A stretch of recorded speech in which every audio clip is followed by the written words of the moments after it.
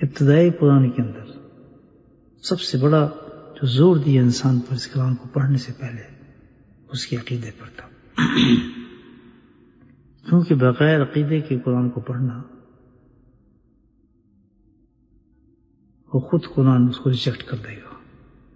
جیسے قرآن نے بھی فرمایا کہ بہت سے لوگوں کو میں دلالت کی طرف دھکیل دیتا ہوں، پڑھتے ہیں لیکن دلالت کی طرف چلے جاتے ہیں. وجہ کیونکہ بنیاد سے نہیں تھی، عمارت گر جاتی ہے.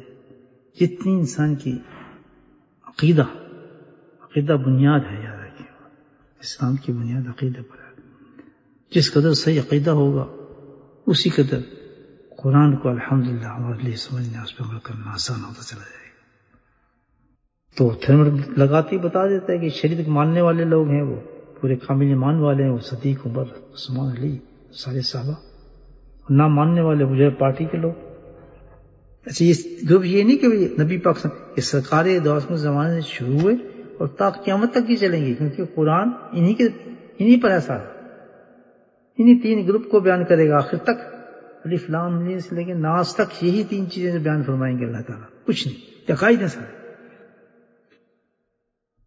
انہی کی باتیں ہوں گی. یاد رکھیں تین گروپ کی باتیں ہوتی چلے جائیں گی. ٹھیک ہے، قیامت تک یہ لوگ پیدا ہوں گے، یعنی ایسے ایمان والے بھی ہیں الحمدللہ جن کے کامل ایمان ہے. کچھ بھی ہو جائے نبی ہم شریعت اور سنت کو نہیں چھوڑتے، کتنے بھی حوادث ہوں، کچھ بھی ہو اس پہ قائم ہوتے ہیں، ڈنڈی نہیں مارتے. پر خود فیصلہ ہم نے کرنا ہے، یعنی آپ کسی کو کیا نہیں کر سکتے. ہم صرف ہمیں خود فیصلہ اپنے ایمان کا کرنا ہے کس درجے پہ ہم کریں. مکمل شریعت پہ چلنے والے وہ کون ہیں؟ صدیق، عمر، عثمان کی پارٹی کے لوگ ہیں، ان کے جھنڈے کے نیچے ہوں گے یہ کاملین میں سے. اور ڈنڈی ماننے والے حضرات جو نہیں تسلیم ہی نہیں کرتے وہ کس پارٹی میں ہوں گے؟ ابو جہل پارٹی میں ہوں گے. وہ بھی قیامت تک آئی ہے، سب آپ کے سامنے کون ہے. اور تیسرے پارٹی وہ بھی قیامت تک چلے گی. وہ کون ہے؟ وہ بیچ والے لوگ ہیں. اللہ اکبر. وہ کیا ہے؟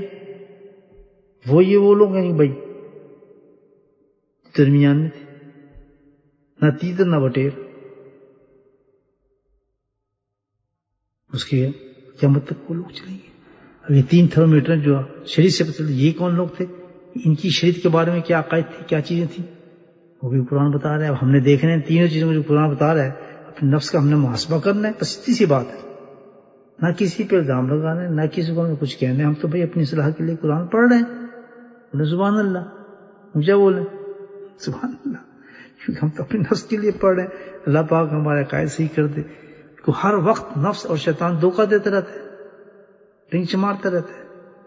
کیا پتہ کب ہمارے ایمان پہ کوئی ڈاکہ مار جائے، کچھ کر جائے. آج کا زمانہ تو اللہ ہوا قیامت کے بالکل نزدیک زمانہ ہے. میں تو کہتا ہوں بس امام مہدی کا ضرور ہوئے اب ہوا. نمبر 1 ان یہ چیز کیا ہے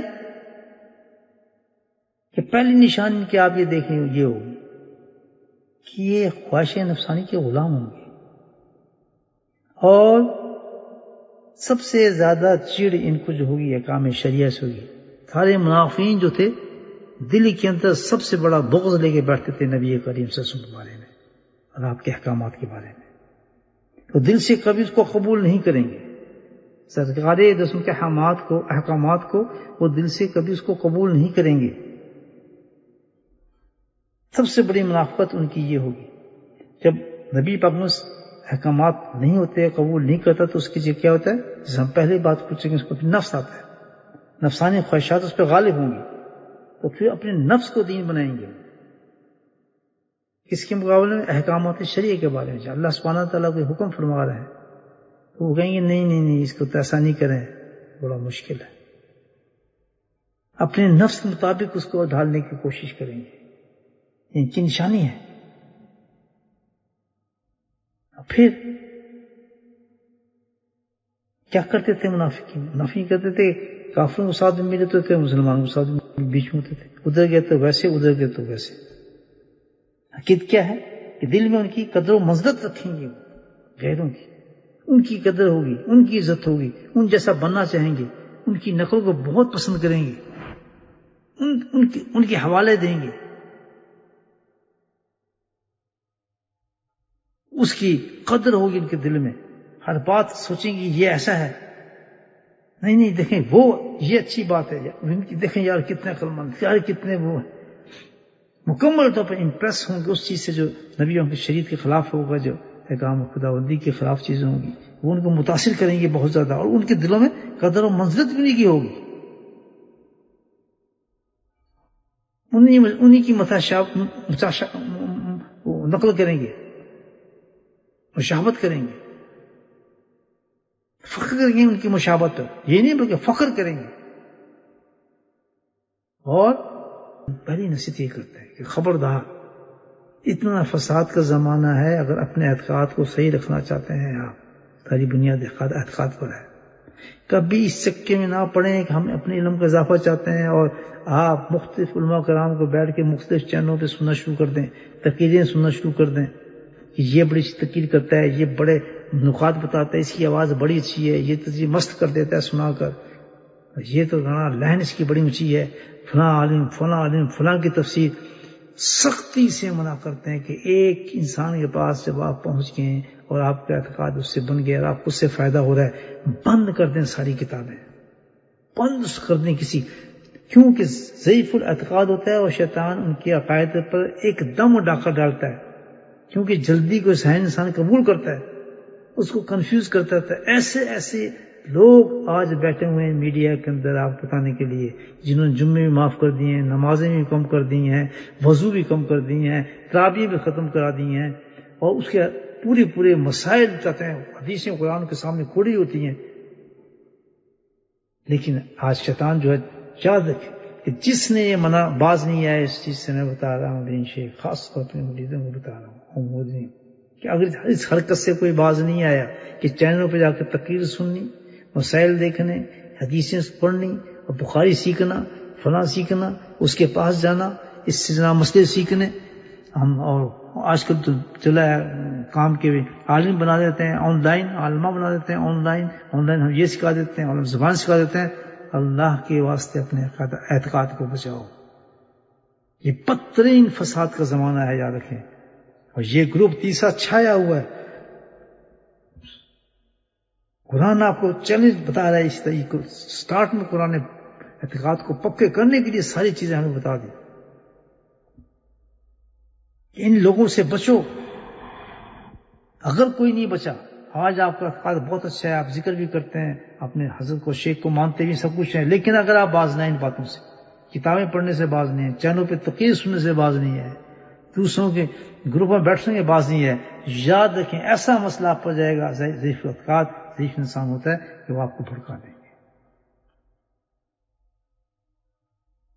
وہ تو دعویٰ کرتے ہیں، اتنی بڑی اونچی کتابیں لے کے بیٹھتے ہیں. اللہ معاف فرمائے، ایسے مسائل اور ایسی چیزوں کو دین کو پکڑ کے رکھتی ہیں. یہ دین بگڑ نہیں سکتا، یاد رکھیں. آج اگر دین کو بگاڑنے والے فرقہ موجود ہے جس کو اللہ تعالیٰ منافق کہتا ہے، فسادی کہتا ہے، جھوٹا اور کاذب کہہ رہا ہے، جس فرقے کو کہ ظاہر اپنے آپ کو اسلام میں کرتا ہے، اسلام میں نہیں ہے، یہ تو نبی کے زمانے سے چل رہا ہے. پھر تو اللہ تعالیٰ نے اس کا انتظام بھی کیا ہے. ایسے اللہ والے بھی موجود ہوں گے، قیامت تک چلیں گے، جو ہمارے عقائد کو بچائیں گے. آپ ایسی صحبت سے چھوڑ کے ان لوگوں کو سنیں گے، ان کی محفلوں میں بیٹھیں گے. سختی سے منع کرتے ہیں بڑے حضرات جو ہیں.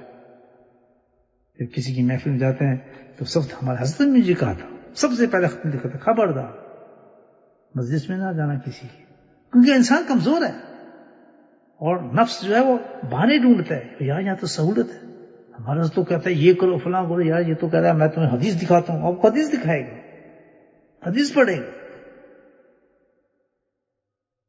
آپ میرے پاس تو علم ہے جی، میں تو سب کچھ جانتا ہوں، میں دیکھتا ہوں یہ کیا کر سکتا ہے، میرے علم کو کیسے میں واللہ شیطان آپ کو نیچے لے جائے گا. ایک رہبر رکھیں، چن لیں، اور رہبر چننے کا طریقہ میں نے آپ کو بتایا. اللہ سے دعا کریں، اللہ چنے گا آپ کے لیے، آپ نہیں چن سکتے. اگر آپ نے خود چنا تو کیا کھا جائیں گے. اللہ کے سپرد کر دیں، اللہ تعالیٰ آپ دیں مجھے رہبر، جب وہ آپ کو پہنچا دے کسی انسان کے پاس اور آپ کے دل کو اس کے دل کے ساتھ ملا کے مطمئن کر دے. پھر منافق چھوڑتے ہیں اس کو، جب دیکھتے ہیں وہاں تو بڑی سختی ہو رہی ہے، وہاں تو بڑا کئی منافق چھوڑ گئے مجھے منافق چھوڑ کے چلے گئے. وہ برداشت نہیں کر سکتے، وہ دین پہ چل ہی نہیں سکتے، چلنا چاہتے تھے. منافق میں یہ نشانی.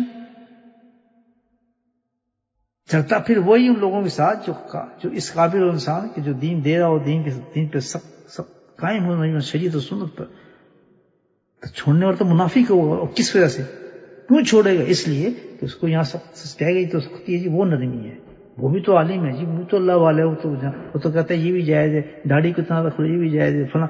آپ ہر وقت ہمیں ذکر کراتے رہتے ہیں. میں اپنے کانوں سے سنا اچھے اچھے سباق لینے کے بعد کیسے اللہ تعالیٰ نے ان کو منافق بنا دیا. میں کہتا ہوں جو اس سلسلے سے جڑنے کے بعد، یاد رکھیں میری بات، امام ربانی کا یہ قول ہے، مجدد ثانی رحمۃ اللہ علیہ کا یہ قول ہے کہ جو میرے سلسلے سے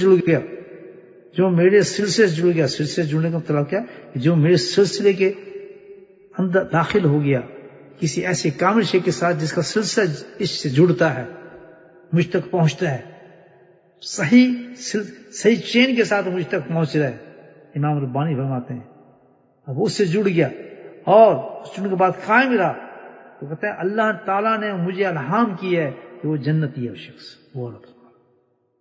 اور جو نکل گیا بغیر کسی وجہ، کچھ بھی نہیں، کیا وجہ؟ بس یہ دل نہیں کرتے، پتہ اعتقاد نہیں، بس وہ چیز نہیں رہی. تھرمومیٹر لگا دیا، نہیں اب تھرمومیٹر لگا رہے سرکار اپنی شریعت کا. کیا تھرمومیٹر ہے کہ 4 چیزیں ہیں، یہ 4 چیزیں جس میں آ جائیں میرے تھرمومیٹر کے اندر. نمبر 1 منافق خالص منافق ہے، من کانت فی خصلۃ من نفاق منہن کانت فی خصلۃ حتی یدعا.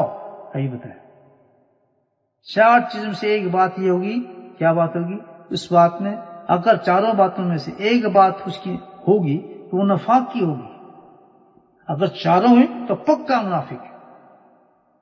اگر 4 میں سے ایک بھی ہوگی تو پھر بھی اس میں نفاق ہے، پکا مسلمان نہیں ہے، پھر بھی اس میں نفاق ہے اگر 4 میں سے ایک بھی ہوگی.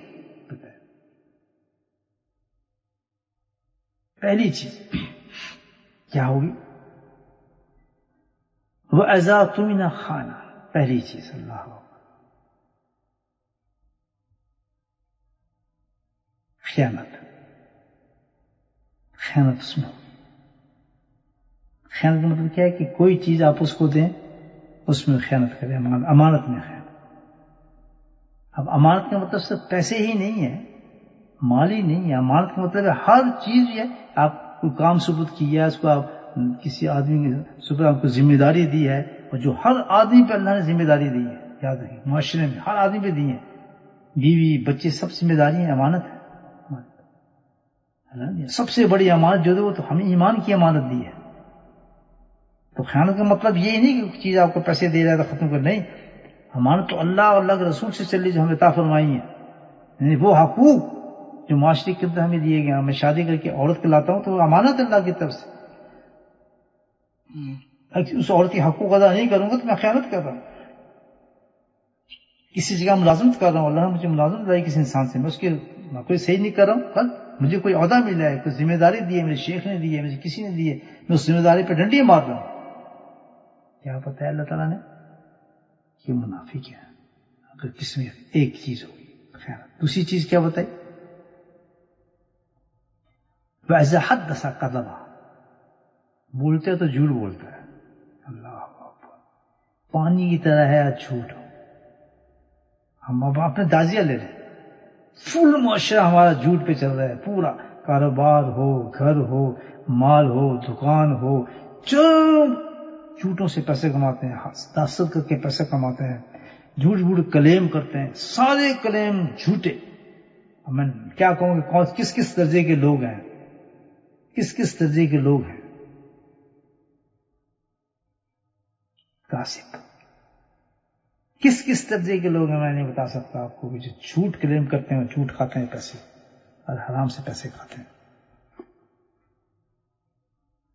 اٹھنا جھوٹ، بیٹھنا جھوٹ، کپڑے جھوٹ، کاروبار جھوٹ، ہر زبان سے جھوٹ ایسا نکلتا. ایک جھوٹ ایسا ہے کہ انسان ایک جھوٹ بولتا ہے تو فرشتے ہزاروں میل دور بھاگ جاتے ہیں، اس کی بو سے اتنی بری بو ہے. عمل کہاں رہے گا اس کا؟ حج جھوٹ، ہمارا عمرہ جھوٹ، قرآن کی تلاوت ہے جھوٹ، کھانے جھوٹ کھا رہے ہیں. مکان کرائے پہ دیے ہوتے ہیں، دستخط کرتے ہیں، ہمارے کوئی انکم ہی کوئی نہیں. دکانیں چل رہی ہوتی ہیں، ہماری تو انکم ہی کوئی نہیں. نوکری کر رہے ہوتے ہیں، تنخواہ مل رہی ہوتی ہے، شکر ہے ہمارے تنخواہ بڑے بڑے دیندار لوگوں کی باتیں کر رہا ہوں میں، آپ سے چھوٹی نہیں. معاشرے بتا رہے، تھرمومیٹر لگا رہے کہ بتائیے منافق کتنے ہیں، مومنین کتنے ہیں اس معاشرے کے اندر. تیسری چیز وعدہ خلافی. وَإِذَا عَادَ خُسْرًا. چھوڑ دیں، آپ دیکھ لیں آپ معاشرے میں وعدہ خلافی کتنی ہے آج کل. اور تیسری چیز اذا خاصم فجرا، یعنی جھگڑا ہو جائے کسی سے گھر میں باہر میں، سب سے پہلے ماں بہن کی گالی نکلتی.